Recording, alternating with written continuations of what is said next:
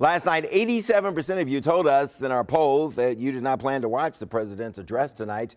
After the White House made its request for airtime yesterday, there were a few hours where the networks discussed whether they would even carry the speech. All of them eventually decided to do so. Tonight, we're asking if you agree with the network decision to carry the president's speech. Go to WUSA9.com/vote or the WUSA9 app and let us know. Earlier today, I talked with the Washington Post political reporter Eugene Scott about what Post reporters are hearing about the president's speech tonight. Eugene, thanks for joining us. Has anybody at the Washington Post gotten a hint of what the president's going to announce tonight?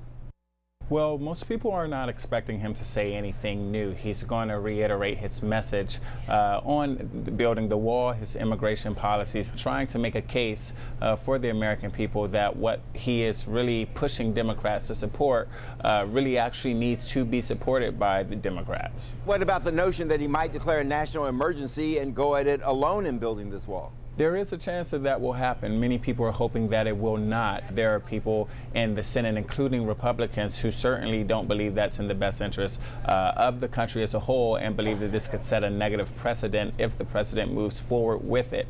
And so there's certainly some caution and hope that he won't make this big decision that could certainly change the direction of his presidency. So what I'm gathering is you and your colleagues at the Post have heard that we're going to be left at the end of this speech wondering who's going to blink first. The way things have been going, it looks like neither side is going to. President Trump has made it very clear that his base, obviously, really are counting on him to get this wall moving forward. That's what they voted for him for. With that being said, even if the president moves forward with the wall as he has it planned right now, it's very different from what he proposed on the campaign trail in 2016. And so, to some degree, his voters and his supporters will not be getting what he promised them he'd deliver when he was competing for the presidential seat. And in the meantime, federal workers still being held as pawns in all of this. They'll be facing their first weekend without a paycheck.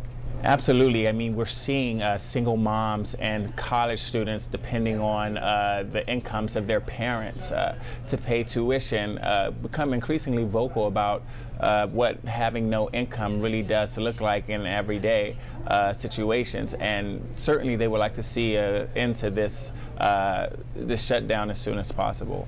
Yeah, not to mention all those contractors here in the Washington area who are dependent upon their checks, and they won't get a retroactive check when this is all over. Eugene Scott of the Washington Post, thanks a lot for your time. Really appreciate it.